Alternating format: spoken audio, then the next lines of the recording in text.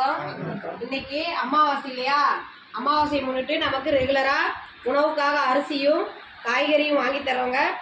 பவானி லட்சுமி நகரை சேர்ந்த ஸ்ரீ சக்தி ஜோதிட நிலையம் நடத்திட்டு வர திரு சாரதி ஐயா அவங்க இன்னைக்கு காலையில் அரிசி அனுப்பிச்சி விட்டாங்க. காய்கறி வாங்குறதுக்கு பணம் அனுப்பிச்சி விட்ருக்காங்க. திரு சக்தி ஜோதிட நிலையத்தோட அவர் நிறுவனர் திரு சாரதி ஐயாவுக்கு நமது பாசமரக்கட்டளை பாசமுதிர்களும் சார்பாக நன்றிகளையும் வாழ்த்துக்களையும் தெரிவிச்சுக்கலாம். உணவுக்காக உதவி புரிகிற அவங்க குடும்பம், தொழில், வாழ்க்கையில் அனைத்து செல்வம் பெற்று நீடூழி வாழ நாம் இறைவன்கிட்ட ஒரு பிரார்த்தனை வச்சுக்கலாம்.